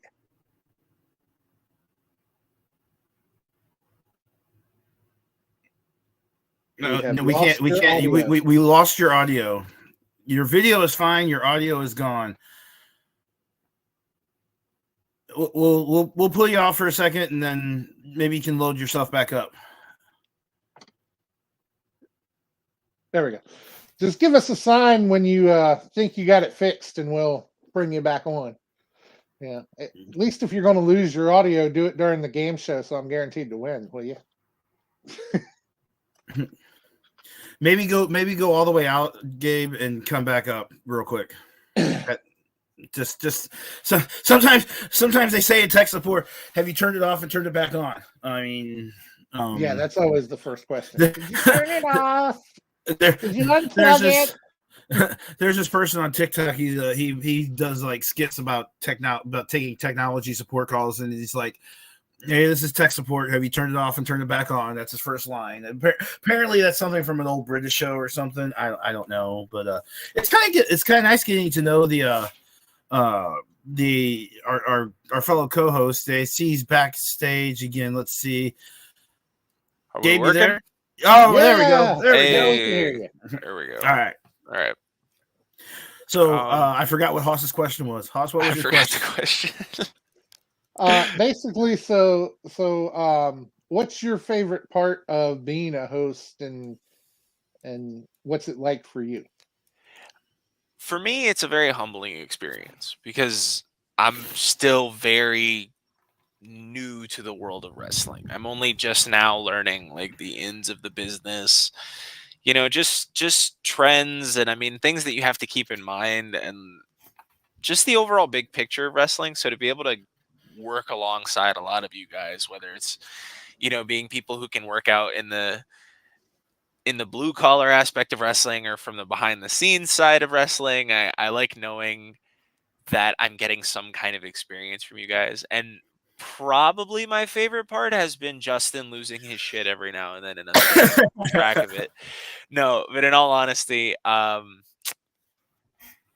just having a platform for wrestling. It's got to be the high spots, because I like seeing what questions we come up with, and seeing everybody's perspectives on it. Like Night Owl's really good at throwing, devil's advocate on most sides of questions, and I think that's really fun for me, is being able to kind of brainstorm about what everybody thinks about the current situation in wrestling, because I think we all have our two pieces about, like CM Punk, what's happening with AEW, what's happening with TNA, and everything going on in WWE right now. So just having a chance to do that and talk with like more than one person makes you feel like you're less out of a wrestling echo chamber, so to speak. Because we all come at wrestling from different perspectives. I mean, I'm 40 something. I'm 47 years old, and I've been watching wrestling since WrestleMania 3. Haas has been around for a while. He goes to wrestling events in his area. You're a younger member. Renee's kind of a little bit younger than me, and Luke when he was on, he's my age. He's 1 year younger than me. So I mean, we all have different perspectives, and it's good to have that. Well, and then for me, I'm because I'm an adult at this point, or at least what you can consider an adult, a young adult, but like still fresh to the world. But for me, I like to apply myself, because there's a lot of time when I'm not working, and I'm the kind of person where I feel like I should be doing something. So being able to do this every Tuesday makes me feel like an adult, like that I can be like, hey, at least I'm on a show talking about my wrestling opinions. I'm not just sitting for hours on end typing away on my keyboard like, oh, my overly long and misconstrued idea about why I don't like Cody Rhodes. Like, right, like, I'm not doing that. And I believe you said one time in the chat that sometimes it's just nice to come on to explain your opinions and explain what's going on, and just to get it off your chest, be like a therapy session for you to get off your chest about wrestling. Well, I mean, especially because it's easy to feel like, am I the only sane person here in wrestling? Like, there's a lot of opinions. No, there are no sane people in wrestling. Of course not. I can tell you that. I've been in the business for long enough. There's no sane people in wrestling. But it definitely acts as it definitely acts as therapy for Justin. That's for sure. His blood pressure would be twice as high if he didn't have the shoot and shout segment. But no, I really, in all honesty, I hope you feel better, Justin. We hope to hear back from you on the show eventually. But I mean, and also just to agree with some things on wrestling, because sometimes it's nice to hear about the latest thing that's happening in wrestling and go, dude, did you see that shit that just happened on Raw? Because I'll be honest, as much as I question what's going on with Damage Control, I was also like, that's pretty cool. Like that's what they ended on for SmackDown. But and Bailey's going to be the odd person out. I mean, Bailey and Dakota are going to be the odd people out. So it's definitely intentional, though. I mean, you might as well lean into it, considering everybody's like, bro, there's 3 former Joshi wrestling stars. What were they? Were they Stardom? They were Stardom. Yes, I believe they all came through Stardom at some point, and I believe they're really good friends too. So I mean, you score one for like new ideas in WWE. When's the last time we had something like this? And I'm just looking over some wrestling news that Brogan Finley's kid is at PC is probably assigned to NXT. So you said Brogan Finley? Brogan Finley, yes. Dude, this dude just like keeps popping out units. What's going on? He's already got David Finley up in New Japan, and it's like now he's going to NXT. That would be the best thing ever, is if David Finley won the US title and then Brogan Finley won the North American title. That'd be sick. That's my dream booking in my head. Yeah, him and Jay Malachi. I've heard the name. I'm not familiar with him, but apparently they've been spotted because Brogan had a tryout recently. So I mean, hey, it's good. It's good blood, I guess. You need to check out some of the G1 Climax matches because David Finley slaps, dude. Like, he doesn't even need the shillelagh. The dude's just that much of a unit wrestler. But I mean, he gets it from his dad. Like, are we surprised? We surprised this dude had a dope ass kid of a wrestler? No, I mean, he's Fit Finley. He loves to fight. So I mean, look at Regal's kid. Regal's got a kid in NXT. I'm praying for this kid. I want this dude to be like right. I want to. What's his name? Tyler Bates, where he's just a naturally gifted wrestler, and he doesn't even peak early, but he gets a really good rub early on. Something. Yeah, it's. We were talking about earlier. Wrestling is. We're blessed with all the wrestling that we have right now. I mean, honestly, Especially the quality of the wrestling right now, because everything is accessible. It's like now you just need to figure out what wrestling you want to watch and then find their streaming service. Before, it's like, what did you need to do to find footage outside of the US as far as wrestling was concerned?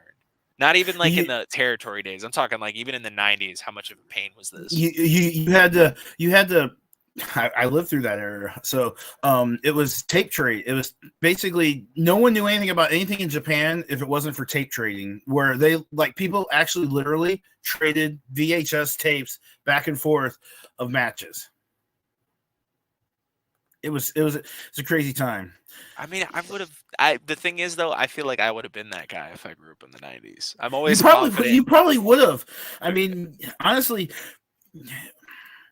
you probably would have. You probably would have been like sending tapes to, trading tapes with people to see this show and this show. That's the only way you could see that stuff, because the only thing you got was WWE and WCW, and on WWE you would get like the Saturday morning shows that have like 4 matches. 3 of them would be against enhancement talents, and not even worth it. See, that's where I argue with one of my other friends. He's like, he doesn't get the quote unquote we call the jobber matches, the enhancement talent matches, where like a Brody, let's just say Brody King wrestles a local talent in town.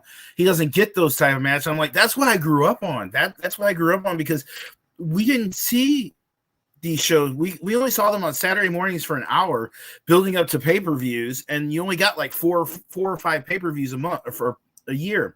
It was Royal Rumble, WrestleMania, SummerSlam, and Survivor Series. That was it for a while. And actually, as a kid, we didn't have pay-per-views.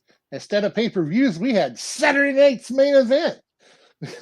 Yeah, and you had to like go to like a closed circuit. There was a time where you had to go to like a closed circuit facility, like a movie theater, where they were showing like some of the pay-per-views, and it's a crazy. Everything is advanced, and I'm so happy for it. But sometimes I miss the day, and no one will understand what it was like on a Saturday or a Sunday morning to watch WWE Superstars or Wrestling Challenge or WCW Saturday Night at 6:05 on the Superstation. It definitely has a different allure to it, because that was always the appeal for me watching a lot of old stuff, was just getting into the mindscape of what it was like to live like in the 70s and 80s, especially with wrestling as a whole, where it was like, turn the knob, switch it, get the tubes running. We got to watch Hulk Hogan defend the WWF championship. And you think back, you think back to the territory days where people outside of like let's just say Tennessee, like the Nashville, Tennessee area, they didn't know what was going on in world-class championship wrestling in Dallas, Texas. They didn't know that.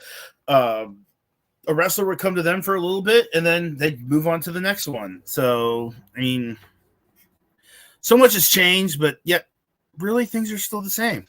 It really is, because now, granted, we don't have territory days in the sense that, like, everybody is sort of exclusive to the region that they started off in. Mm-hmm. But we do have a lot of overlap, I find, especially now in 2023, than we did back in, like, say, 2016. Because I look back at, like, when AJ Styles first joined WWE and how big that was. Like, because can we really admit that was, like, a pretty big moment in wrestling? But now it's like we have so many wrestling, because I've been looking into Dragon Gate, and there's so many names that I look at and I'm like, wait, what? Like, he was here before he was in WWE? Freaking Ricochet, Johnny Gargano, Akira Tozawa, all were in Dragon Gate before they went to WWE, and I'm just sitting here dumbfounded. Like, what? Like, I didn't even know this. I just thought these dudes appeared one day. No, so someone's going to probably eventually tell you to go watch Lucha Underground. Oh, I've seen Lucha Underground. I adore it. I can talk about that for an hour and a half. I've never gotten into Lucha Underground, but I've heard that there were some like really good. Like Ricochet came from there too. So Prince Puma is, oh my god, I knew him as Prince Puma, and I knew him for the Best of the Super Juniors match with Will Ospreay. So it's nice to see, both competitors as to where they are in their careers now, because I'm glad that, granted, he's not a world champion yet, but even just getting a 5-second match against Brock Lesnar is probably something in the career for somebody like Ricochet. He's like, how many people can say they had a match with Brock Lesnar? I can. And there was this clip I saw recently that is from years ago at PWG, Pro Wrestling Guerrilla, which is still around. And you probably know what I'm going to talk about, the Liger clip. It was with Jushin Thunder with the thumb, the thumb spot. And John Haas, you ever seen this? I'm not sure. I don't think I have, but I've seen a lot of wrestling in the past. I'm looking it in the group chat. I'm watching it. I'm like, what's Liger? And then I'm like, well, that's Tommaso Ciampa. Yep. Okay. Then that's Malachi Black, Tommy End back in the day. That's Simon Gotch. That's Matt. I think Matt Riddle was part of it too. Matt Riddle, Jeff Cobb. I'm like, these are all like independents. Or my brother's like, how is anyone cheering for this? I'm like, that was their thing. That was, all of those stars. Well, one, it's Jushin Thunder Liger, who is probably as close to a wrestling god as you can get. He is a power. What is it? He's a bio god in power armor or something. I can't even remember. That's literally like the story in the anime, because that's how hard Jushin Thunder Liger goes. You mean to tell me this dude is like 30 years into a career and he's not allowed to hip toss dudes with his butt? I don't care. Wrestling is the best. I believe it came across to me as like, if wrestling is fake, explain. Or if wrestling isn't fake, explain this. I'm like, it's fucking Jushin Thunder Liger. That's him. If he's hip tossing people with his ass, go ahead. Let's do it. I don't care. Book it. And you talk about being surprised, finding out where people came from. It's just like, honestly, I never really followed LA Knight's career until he hit WWE. That's when I really found out about LA Knight. Now, just the other week, I found out, WWE bills LA Knight as being from LA. No, he's not. He is from Hagerstown, Maryland, which is about 30 minutes from me. He was an independent wrestler in my area and went by the name Eli Drake and was on Impact before he was on. Yeah, he was a part of Impact. He did a gimmick. I've seen the video of it, not to get political here, but he did like a Trumpy style gimmick and on the independent scene. I watched it and I was like, wow. From seeing that from back when, like, I believe it was from like 2016, 2017 to where he is now. I knew he was Eli Drake in Impact. I didn't know he actually came from the Maryland area, which is actually kind of cool. But he came like 30 minutes up the road from me. And when I found that out, I was like, wow, really? And the other night at WDWA, Susie and I were talking to a few people who were like, yeah, we didn't know LA Knight was from this area. And a couple of people were like, oh yeah, we worked shows with him back in the day. And we're like, wow, really? And so everyone comes from somewhere. I mean, Matt Sydal, who's part of AEW and is, he was in the WWE for all. He came from the St. Louis area. He's a graduate of the Gateway Championship Wrestling Dojo here in St. Louis.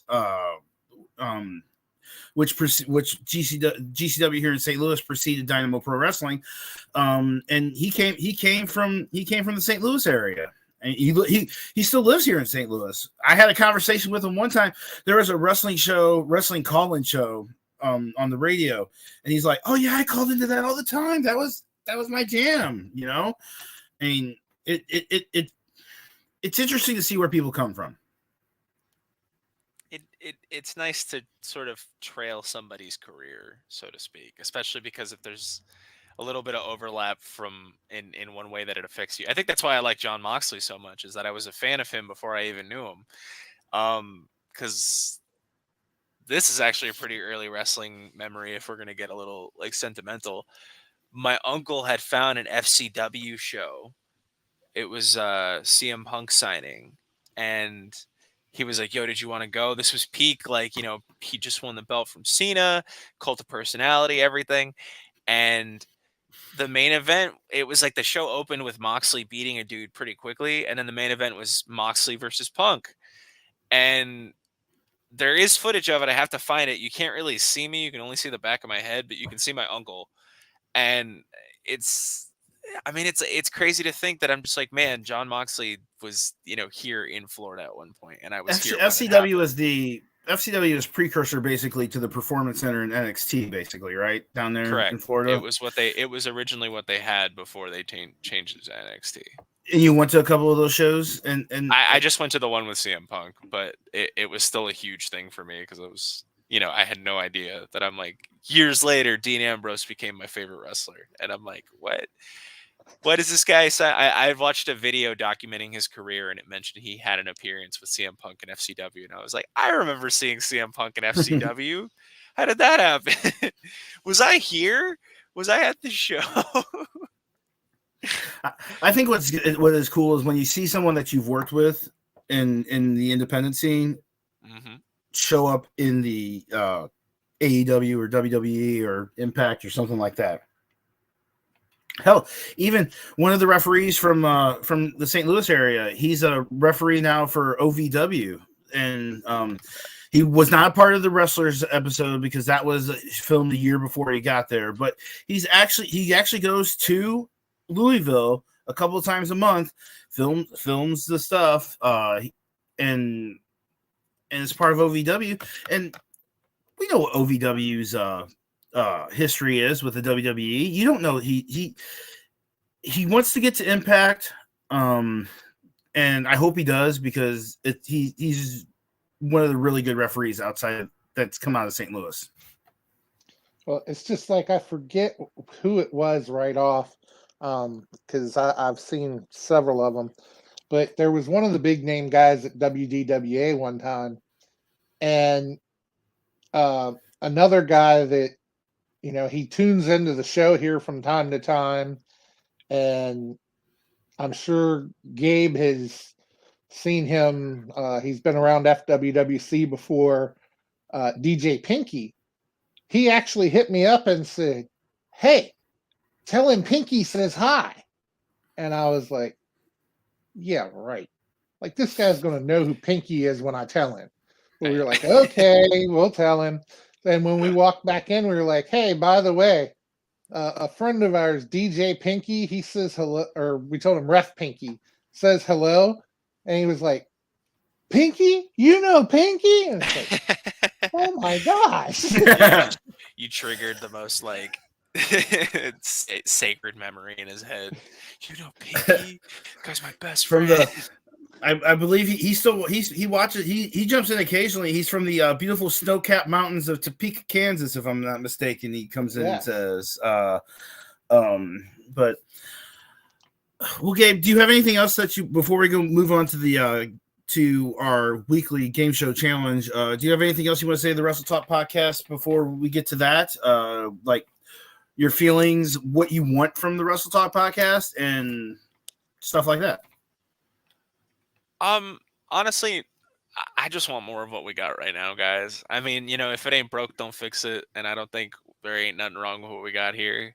Just an opportunity to be able to continue to talk about wrestling. I mean, because I know I've been very busy these past couple weeks, and being able to come back and talk to not only just you guys, but Night Owl and hopefully Luke and Justin in the future. Justice. Oh my God. I've been on the FWWC too long, huh? But being able to come back and talk about wrestling has been, you know, like, and it's good. You don't have, you're not regular, you're not on the regulars, but you always are seem willing, like, to fill in if need. You're always like one of the first. It's like something happens to, like, a couple weeks ago with Justin not having a voice, you know, you jumped in and with Renee and Steven Espinoza last week. So we enjoy, at least I should say, I enjoy talking to you and having you on and your opinion. Because you fill in the international stuff for me, which I don't follow because that's just not my thing. Yeah, definitely. And I can't speak for Night Owl or Justin and the others, but anytime Rodell and myself are on, you're more than welcome to jump in on the high spots. If nothing else, just come in on the high spots and give us your opinions and chat some wrestling with us. You're always welcome, and it's great to be able to take the opportunity to talk with you and to have the fans and everybody learn more about you. And hopefully they've enjoyed the time to learn a little bit more about your background, no matter whether they're watching live or tuning into the replay. Hopefully they've enjoyed it. And we're glad to have you and glad to have our fans both. I mean, you guys are gonna make me blush. I mean, I can't speak. I can't speak on. He's gonna cry in the car. No, I'm just kidding. Sorry, I've got that sound in my head every time someone's like gets triggered, like something. I'm like, he's gonna cry in the car. I don't even know where it came from. It just was a random thing I heard someplace, and I'm like, he's gonna cry in the car. I might have to okay, Rodell, you might have to make a sound drop. We'll have to find it. Clip that off. He's gonna cry in the car. You gonna cry in the car? We just need the clip of Ro saying it. That's all. We'll make him the original source of the sound. So, all right. So we, as you know, you've been a part of the Wrestle Talk podcast before, and we do the game show challenge every week. So it's gonna be you versus Haas if you accept. What do you say, Mr. Gabe? I say I accept. All right, we're going to head into the world famous Wrestle. Well, I guess I should ask. Haas, do you accept?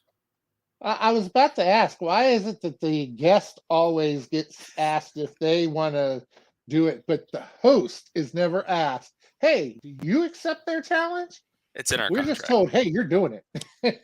Do we want to put the hardcore title up on the line for right now? I mean, we can do that if you. But no, I have no power with the FWWC, so I can't sanction that. Gabriel Arsene has not earned a shot at the hardcore title. Oh, maybe this could be a number. Maybe this could be like this one of those the catalyst, the championship contenders, Matt. Where if Gabe beats you, maybe he gets a title shot down the line. I'm just saying. I'm not telling you how to run things, but. We're going to hit the theme for the Wrestle Talk Podcast Game Show Challenge. Gabriel Arsene versus Hardcore Haas.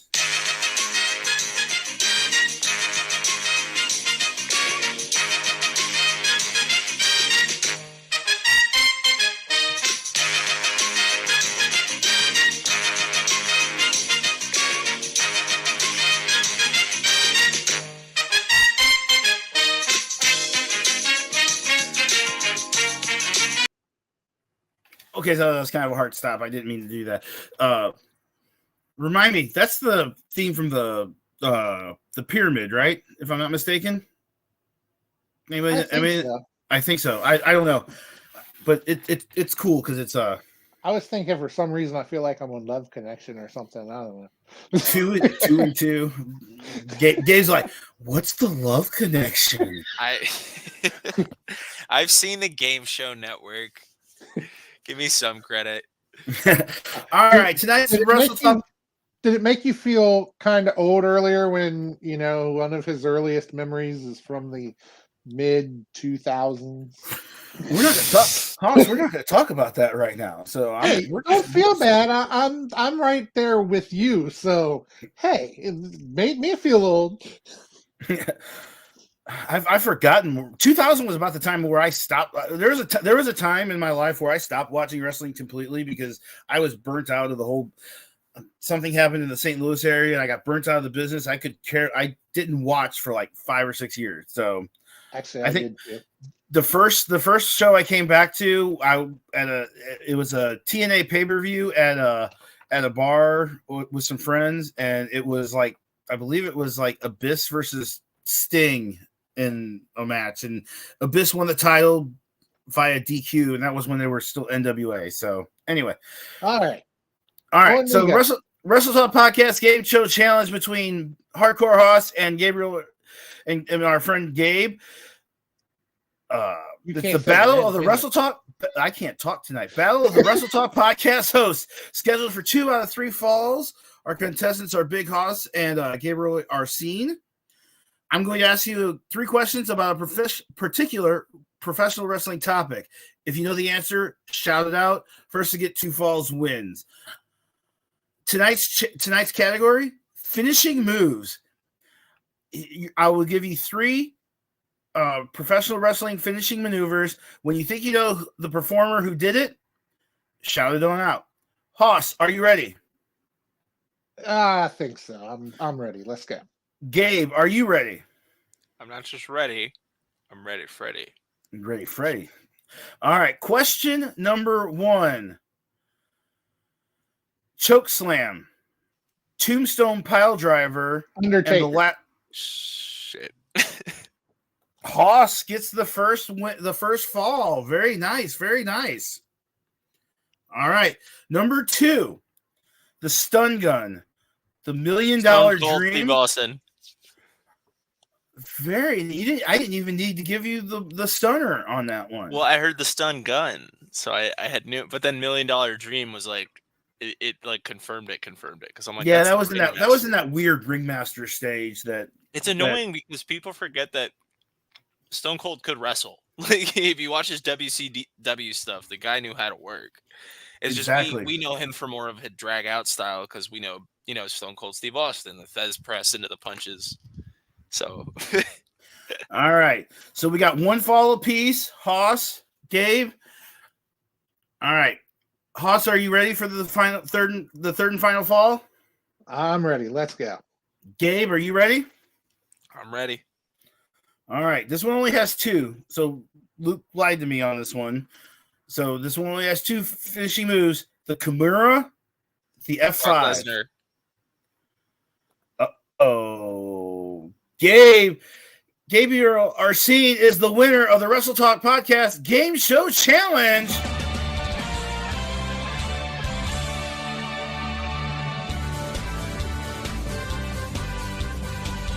Love Final Fantasy. I did it. I did it for The Rock. No, I'm just kidding. I did it for The Rock. Well, Gabe, it has been really, really awesome talking to you tonight and getting to know a little bit about you and your wrestling experience here on the Wrestle Talk Podcast. Do you have any social media that you want to shout out to anybody? I mean, it's mostly just my Instagram. It's at Gangrel. That's the thing. That's the thing is that a lot of my handles are separate to the handles that I use on other stuff. So even though you guys know me as Gabriel Arsene, none of my Twitter or Instagram or any of my Facebook stuff is associated with that. But if anything, you can just directly contact me on the page itself for the Wrestle Talk Podcast. But from there, I can I have my email address and my Twitter, my Facebook, and my Instagram. But Gangrel is usually what you can find me at. It's at GAN_GRELL. Yes, it's supposed to be like the wrestler, but it's also supposed to be this anime character named Grell. It's a whole story. I see we have something else to delve into the next time we talk to you. So we still got plenty of we can bring this back, guys. They could be a part 2. We can make this work. Yeah. So Gabe, it was great to talk to you again. I hope to see you again real soon here on the podcast as a host, and just like I said, pop in sometime when me and Hoster are hosting. Second Tuesday of every month. We'll let you in and talk about high spots because I know you got your opinions and everything, and we don't shy away from opinions, do we, Hoss? I don't know. After that win, I might have to rethink that. Oh, okay. Well, as long as now I feel I need to talk to Dewan about send him this tape and say maybe Gabe needs a hardcore title shot here coming up because I mean he did beat him in the Wrestle Talk Podcast Game Show Challenge. So we don't want to get too ahead of ourselves because Hoss actually has a match coming up at Survivor Series. But as far as after that match, we might have some explainings to do to Mr. CEO. Can make it tonight. All right, Gabe. You've got your thing with Ace, Oh, that's true. But All right, Gabe. It was good talking to you again. We'll see you again real soon. Have a good night, guys. It was a Talk to you pleasure. soon. All right, bye. Good night. All right, Haas. I think we had a good night here on Wrestle Talk, don't you?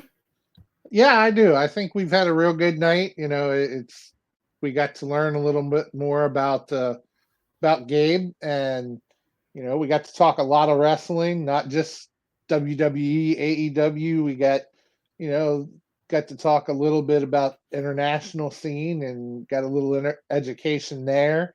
So, you know, I think it was very informative, and it was actually pretty good. Just, you know, getting to talk with Gabe and talk wrestling. Yes, and you know, we're going to do this again next week. We'll have another episode of the Wrestle Talk podcast coming out your way next week, hopefully. Haas, you got any final words? Just want to thank all the fans out there, you know, whether you watched it live or whether you catch that replay, you know, we appreciate you either way. We're glad that you're here. Hope that, you know, we're entertaining for you, and just keep tuning in. Yes, and I believe that you will be with Renee next week, if I'm not mistaken, if the schedule works out right. As the schedule has it, yes, it's supposed to be me and Renee next week. We're still finalizing our guest for next week. Card subject to change, as always. So yeah, but it's going to be a good show no matter what. It's always a good time when Renee's on, and always a good time no matter who's on. So yeah. And I always enjoy our second week here. So I want to thank everybody for listening to the Wrestle Talk podcast. I thank the sponsors one more time. Oh yeah, yes, you're right. Renee would send me a strongly worded email if I didn't throw it up there. So, go ahead. Of course, we got to thank those sponsors one more time. Royal Mills Transportation, Dewan Mills. Hope you feel better real soon, bud. We're praying for you. Nobleman's Barber Lounge, KCMO. Ask for Pete the Barber. Kincaid Arcade at the Oak Park Mall. Interstate 70 Sports Media. Little Papa's Designs, where you get your Wrestle Talk podcast tumbler. Since we don't have the mug anymore, be sure to get that tumbler. And the FWWC, the world's premier fantasy wrestling league, where you can actually fight with me and Gabe and several others, you know, Dewan and the Night Owl, and we just have a good time down there. If you've ever wanted to step in the ring but you just physically can't, yeah, check us out. We shoot promos, we take pics, we do role play, and we just have an all-around good time and enjoy it. It's as close to being a wrestler as you can get without actually stepping in a ring. So, and you know, you never know when I might step in there, because apparently Sonny is trying to challenge me for FWWC Mania coming up in Mania season. We'll see if that happens. I believe he challenged me to a quick trip pizza on a pole match. We'll see if that actually happens. I'd hate to embarrass him in his little thing, but you know, we'll see what happens. Probably grab that pizza and shove it in your face, because you know he's not going to eat it. I don't know why he wouldn't. I just had some tonight. So, and always. I always like to end this. If you're feeling down and there's always someone to listen to you. So 988 is the National Suicide Prevention Hotline. It's a lot easier to get help now than it ever is. Just remember, you're never alone. You can always reach out to anyone. I mean, there's someone you can reach out to. Definitely. Well, Haas, I think that's going to do it for us. I believe so. That'll be it. So be sure to tune in next week, episode 459. We're climbing ever so closer to that big 500th episode. So be sure to hang in there with us.